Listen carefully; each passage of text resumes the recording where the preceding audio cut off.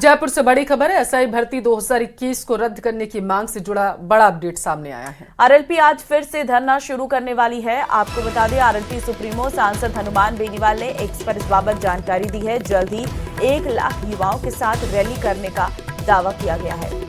तो भारत पाकिस्तान सीमा पर तनाव के चलते स्थगित किया गया था। उनकी तरफ से किया जा रहा धरना प्रदर्शन 26 अप्रैल से शहीद स्मारक पर धरना प्रदर्शन चल रहा था। क्योंकि तनाव की स्थिति दोनों देशों के बीच में बन गई थी, इसकी वजह से आरएलपी ने अपना धरना प्रदर्शन जो है कुछ समय के लिए टाल दिया था। 26 अप्रैल से शहीद स्मारक पर लगातार ये धरना प्रदर्शन जारी है और 1 लाख से ज्यादा युवाओं के साथ जो है दावा किया जा रहा है कि एसआई भर्ती के विरोध में यह प्रदर्शन किया जाएगा।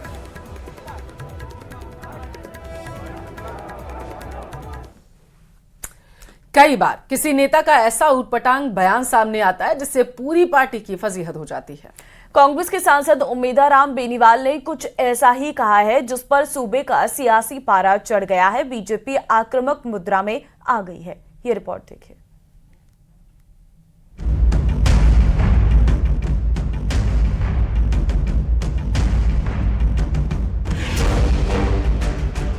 पहलगाम आतंकी हमले पर उठाए सवाल।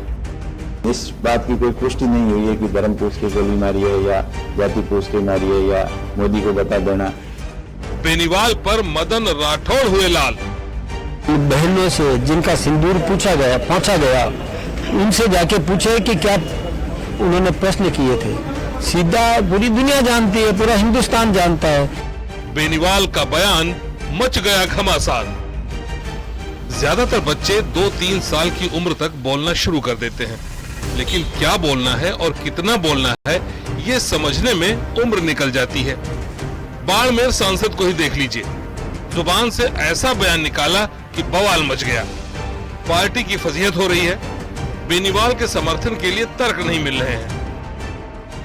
बीजेपी के कई विधायक और सांसद धर्म के नाम पर जहर घोलकर, धर्म के नाम पर टकराव खड़ा करके देश को कमजोर करने की साजिश करते हैं। घरों में घुस-घुस कर लोगों से पूछते हैं तेरा आधार कार्ड कहां पर है। आधार कार्ड नहीं पूछा भारत सरकार ने, सोफिया कुरैशी का आधार कार्ड कहां पर है, व्योमिका सिंह का आधार कार्ड कहां पर है। आधार कार्ड की लड़ाई लड़ रहे हो। अरे उसका दादा फौज में लड़ रहा था, जब आया तब बहुत अच्छी लग रही थी क्योंकि देश के लिए लड़ रही थी सोफिया कुरैशी। व्योमिका सिंह के साथ पहले उसको सोफिया कुरैशी बोल रही थी, फिर क्योंकि हमारा मकसद है देश रहेगा तो हम रहेंगे। मोहम्मद इम्तियाज का आधार कार्ड नहीं पूछा, राफेल उड़ाने वाले अब्दुल का आधार कार्ड नहीं पूछा। यह आधार कार्ड पूछने का वक्त नहीं है, यह धर्म के नाम पर टकराव का वक्त नहीं है, यह तिरंगे के सम्मान का वक्त है। और जब तिरंगे के सम्मान के लिए हिंदू और मुसलमान, सिख और ईसाई जब मिलकर लड़ते हैं ना, तब भारत माता की जय का नारा लगता है। सरहद पार से दहशतगर्द आए, पहलगाम में निहत्थे 26 पर्यटकों को मौत के घाट उतार कर गुम हो गए। कायराना हरकत के तुरंत बाद पीड़ितों के वीडियो भी सामने आए, जिसमें वो ये कह रहे हैं कि आतंकियों ने धर्म पूछकर गोली मारी थी। जाते जाते आतंकी ये भी कह गए कि मोदी को बता देना। गोली से छलनी अपने पति की लाश के पास बैठी उसकी पत्नी और रोती बिलखती बहनों की तस्वीरें देशवासियों को आक्रोशित कर गयी।